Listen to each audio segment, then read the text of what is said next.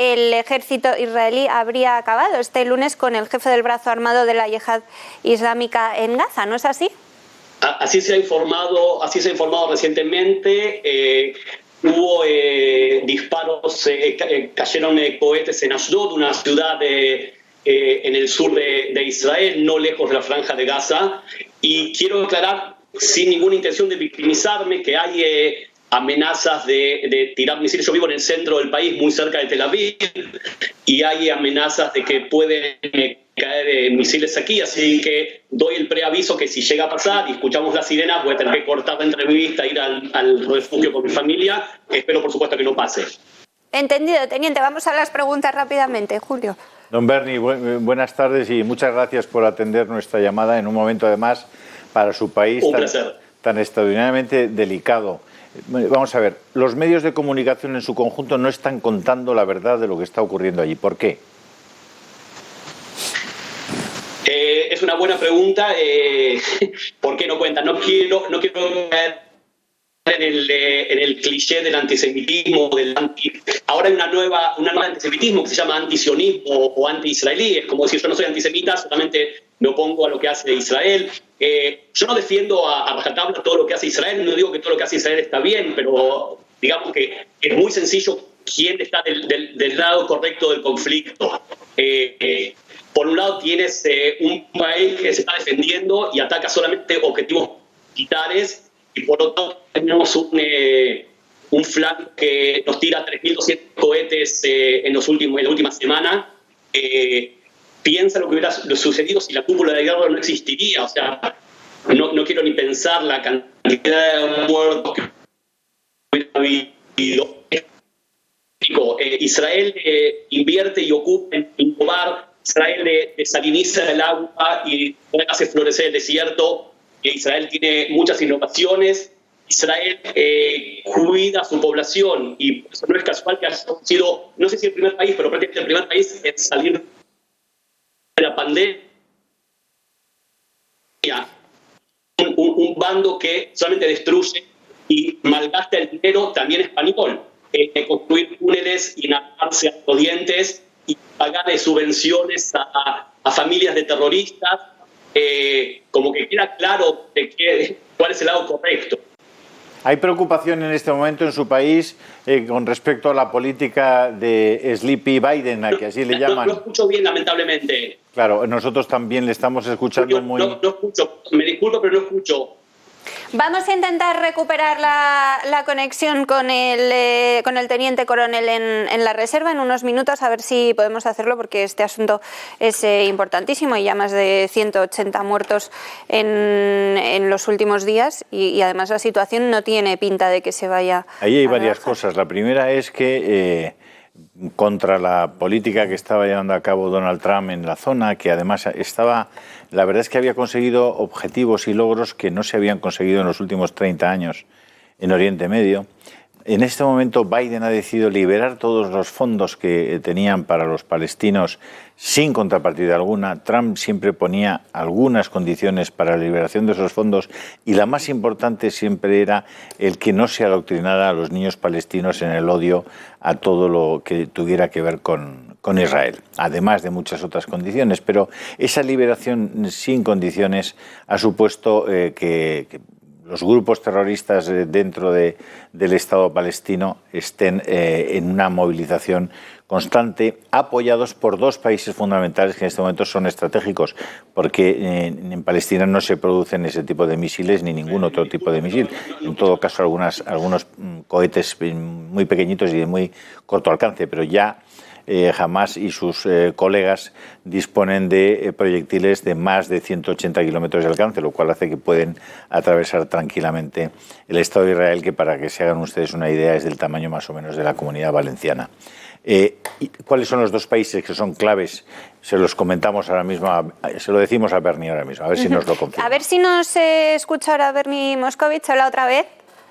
Ahora los estoy escuchando, sí. Ahora parecen mucho mejor. Estábamos comentando la procedencia de los fondos y de los apoyos más importantes que tienen en este momento los terroristas de Hamas, que desde mi punto de vista son por una parte Turquía en la financiación e Irán en la producción del material bélico, es decir, en la producción de los cohetes. ¿Es así o estoy equivocado? No, es así. Te falta solamente Qatar, que es un tercer eje que envía mucho dinero, no solamente a través de Al Jazeera, la cadena de medios que incita a la violencia, sino también dinero. Pero sí, tanto Irán como Turquía están ahí. Y otra vez, digamos, hay que pensar de qué lado quieres estar, del lado de Estados Unidos, del lado de los países europeos, o quieres estar del lado de Qatar, Irán y Turquía. Como que vamos a volver a la asimetría del conflicto o a la asimetría de este enfrentamiento. Así que sí, queda claro. Otra cosa, si ya estamos hablando de asimetría, me gustaría aclarar o dar algunos datos. Me causa gracia, no hay otra palabra, gracia cuando hablan de la desproporción, y es como que Israel tendría que disculparse por no dejar que sus ciudadanos se mueran. O sea, cuando la gente dice, sí, pero bueno, ustedes mataron a 150, abro un paréntesis, los datos son datos que son otorgados por los ministerios de salud de la Autoridad Palestina o de la Franja de Gaza. Es más o menos datos confiables como cuántos enfermos de corona hubo en Corea del Norte. Pero aún así, aún tomando esos datos como veraces, habla uno de desproporción. Yo quiero recordar que cuando en el 2006 secuestraron a un soldado israelí, Gilad Shalit, finalmente se hizo un acuerdo, y el acuerdo, no sé si recuerdan, que Israel liberó a 1027 terroristas para recibir a un soldado. O sea que digamos que estamos hablando de desproporción. Este es un buen dato para ver cuánto valor le damos nosotros a una vida y cuánto valor le da el otro lado. Por no entrar, por supuesto, en ya su historia antigua, pero cuántos alemanes murieron en la Segunda Guerra Mundial y cuántos ingleses. O sea que más o menos los datos son 7,5 millones de alemanes y 500.000 ingleses. O sea que vamos a hablar que Churchill hizo algo desproporcionado. O sea, es ridículo. Como dije antes, nosotros construimos refugios, construimos la cúpula de hierro y ponemos a nuestros soldados adelante de todo.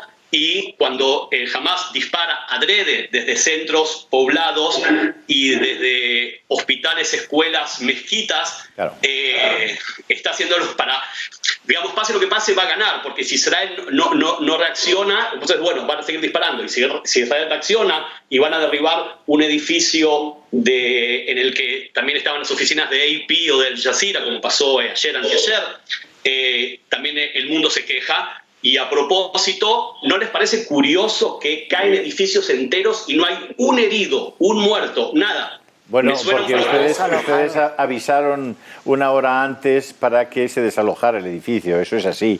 Es evidente que ahí ha habido probablemente miles de muertos en los túneles que tenían la gente de Hamas, y eso no están dando esa información, porque la que sí se está dando en España, por lo menos, yo no he visto prensa internacional hoy en ese tema, pero la que sí se está dando es la maniobra, acusan a Israel, a mí me hace reír, de una maniobra explicando que probablemente iban a entrar por tierra para así confundir al enemigo y cogerlos efectivamente dentro de los túneles, ¿no? 100% de acuerdo, fue una maniobra que se viene planificando hace varios años. Se llevó a cabo en varias etapas. Primero, se derribaron quirúrgicamente edificios en los que tenían acceso a esa red de túneles, que cuesta millones, decenas de millones de dólares, que por supuesto se podrían haber aprovechado para hacer el bien y no para hacer el mal, pero dejémoslo de lado. Entonces, como primer fase de este operativo, se derribaron varios edificios cruciales que daban entrada o tenían llegada, acceso a esos túneles. Luego se les pegó muy fuerte a la capacidad de observación, o sea, de los medios del Hamas para poder ver qué es lo que está pasando del lado israelí. El tercer paso fue empezar a mover tropas, a traer tanques y blindados y hacer ruido y empezar a hablar de que una invasión por tierra es inminente. Luego se mandaron tweets ambiguos diciendo que Israel atacaba por aire y por tierra, que se podían entender que se ataca por tierra, pero se tiran misiles tierra a tierra. Pero fue lo suficientemente ambiguo para que la prensa extranjera e israelí empezaron a hablar que una invasión por tierra es inminente, y como tú dices, se aprovechó para poder atacar los túneles, el llamado metro. Si me preguntas a mí, yo creo que no va a haber excursión terrestre esta vez, a diferencia de la operación Margen Protector en el 2014. Me da la impresión que estamos empezando a llegar al final de la operación. No va a ser hoy, no sé si va a ser mañana, no creo, pero estamos empezando a llegar. El Hamas fue duramente castigado. Me hace acordar lo que pasó en la Segunda Guerra del Líbano en el 2006, en el que Nasrallah, el líder de Hezbollah, empezó los ataques y luego confesó claramente que si hubiera sabido que esa hubiera sido la respuesta de Israel, no hubiera iniciado los ataques. Yo estoy convencido que en la cúpula del Hamas pasa lo mismo. Y la idea es, no soy tan optimista para decir que esto va a terminar el conflicto. Este conflicto no va a terminar, va a tardar muchos años como mínimo. Pero por lo menos si podemos que el Hamas sienta que no le conviene provocar a Israel y durante 4 o 5 años por lo menos dar un poco de tranquilidad. La gente que vive en la franja alrededor de la franja de Gaza, hablé antes de Ashdod, Ashkelon, toda la franja de Gaza, Beersheba, sufren constantemente los ataques, los misiles. Yo vivo en Givat Shmuel, es una ciudad cerca de Tel Aviv, y en este episodio tuvimos 8 o 10 veces que fuimos al refugio. En el jardín de mi casa tenemos el refugio, y fuimos incluso a las 3 de la mañana, a la 1 de la mañana. No es lo más lindo cuando estás en el refugio con tu familia y escuchás primero las sirenas que te congelan la sangre, y luego las explosiones, tanto de la cúpula de hierro como a veces pasa. El sábado cayó en Givat Shmuel, en mi ciudad, cayó a 700 metros de mi casa, cayó un misil. Por suerte solamente hizo daños materiales, pero puede pasar. O sea, y yo te digo, acá fueron 7 o 8 veces en esta semana. Los que están cerca de la franja de Gaza reciben prácticamente a diario. O sea, no es vida. Y también, por supuesto, me solidarizo con el pueblo palestino, no por supuesto con sus líderes, pero sí con el pueblo palestino, que son cautivos y rehenes del Hamas. Y ojalá que algún día puedan liberarse y realmente sí podamos vivir en paz, o por lo menos paz como tenemos con Egipto y con Jordania, que a lo mejor no son fronteras abiertas, pero tenemos cierta paz. Ojalá que suceda. O sea, el pueblo palestino no son sus líderes, son cautivos, y ojalá, como dije, que podamos algún día hablar de otra manera. Hoy por hoy, cuando la carta fundamental del Hamas, los artículos, creo que de los 10 artículos primeros, 9 hablan de exterminar a Israel y tirarlos al mar. No hay demasiado margen de maniobra. O sea, vos no podés negociar con el que quiere tirarte al mar. Inés. Señor Moscovich, una pregunta rápida. ¿Cree usted que van a llamar a los militares que están en la reserva? Se han llamado varios reservistas.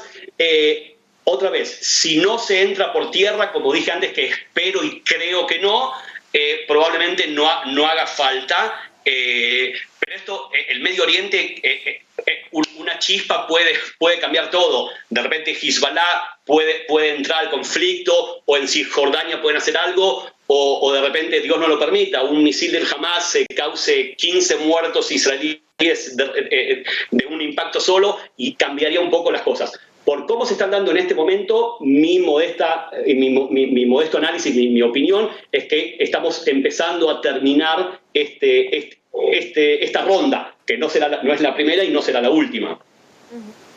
Pues Bernie Moscovich, teniente coronel en la reserva, muchísimas gracias por habernos atendido. Un placer, gracias. Ánimo, hasta otra. Bueno, pues terrible lo que nos contaba. Están acostumbrados a vivir los que están más cerca de la zona del conflicto, primero con un refugio en el jardín, que ya es impresionante. Y segundo, pendientes de las sirenas para bajar a refugiarse porque les caen los misiles a 700 metros de casa. Que sepa yo, eso no es una cosa de ahora, ¿eh? Es una cosa que habitualmente... Para los que no estamos acostumbrados, recordarlo es impresionante. Están entrenados todos, hacen el servicio militar obligatorio, hombres y mujeres. Y yo el otro día hablaba con amigos allí y me decían que están preparados para salir corriendo en 7 minutos porque lo viven en el ejército, coger absolutamente todo y todo lo necesario y en 7 minutos estar en el refugio. Y viven por y para eso, porque están perfectamente entrenados para salvar sus vidas, la verdad. El ser humano es capaz de normalizar tantas cosas. Aquí hemos normalizado que a un partido político legal le tiren piedras a ver si matan a alguno de una pedrada de 300 gramos. Los israelíes han normalizado tener que esconderse en sus casas cada X horas porque una banda terrorista tiene secuestrada a toda una población y es que ese es un dato muy importante que no están contando los medios de comunicación. No es el pueblo palestino, es una banda terrorista. Por esto este señor muy educadamente se solidariza con el pueblo palestino.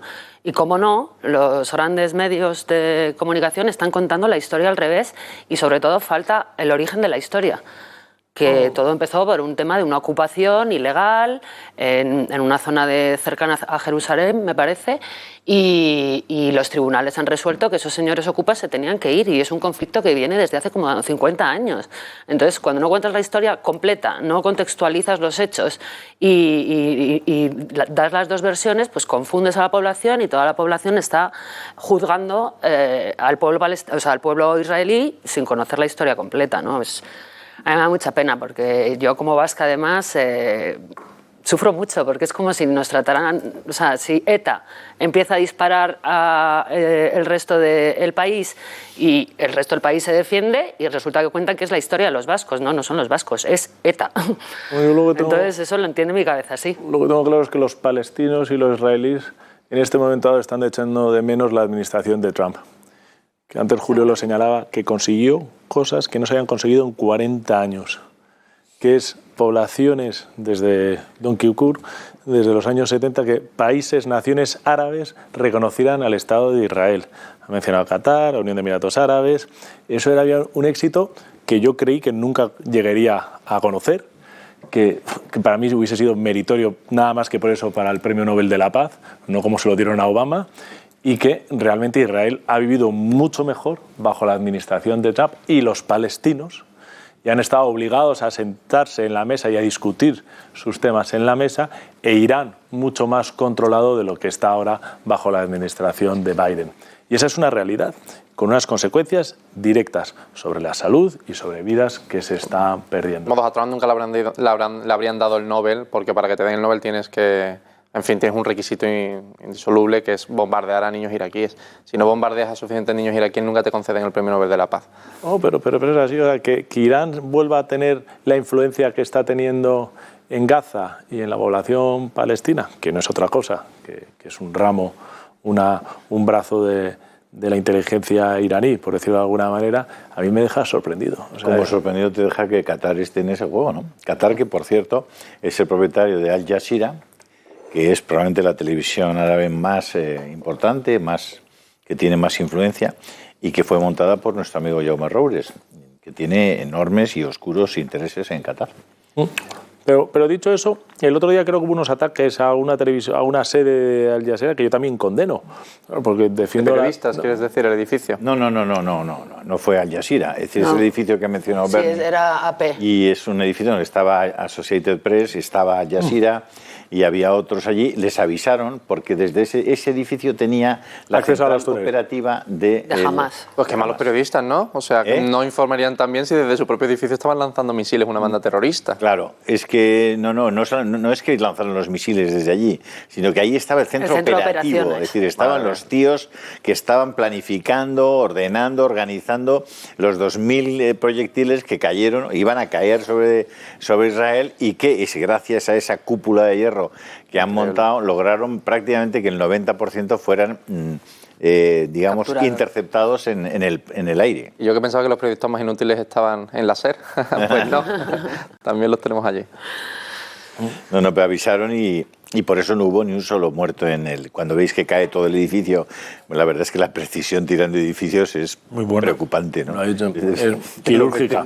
En el ojo. Es espectacular. Pero eso tampoco lo han contado así, Julio, han contado la historia al revés. Israel ataca a la prensa y no cuentan que el edificio estaba vacío, que les avisaron y que no es un edificio cualquiera. Pero es que la autoridad palestina no es capaz de controlar a los grupos terroristas que están en su territorio, y esa es una realidad.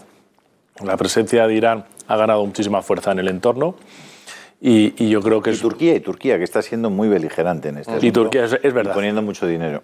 Yo quiero recordar, ya que estás hablando de Turquía, que se nos olvida muchísimas veces que el gran beneficiado del crudo del Estado Islámico, esas colas de camiones que yo vi, que tardaban horas y horas en cruzar la frontera, y en este caso fueron los rusos los que bombardearon en un momento dado, fue Turquía.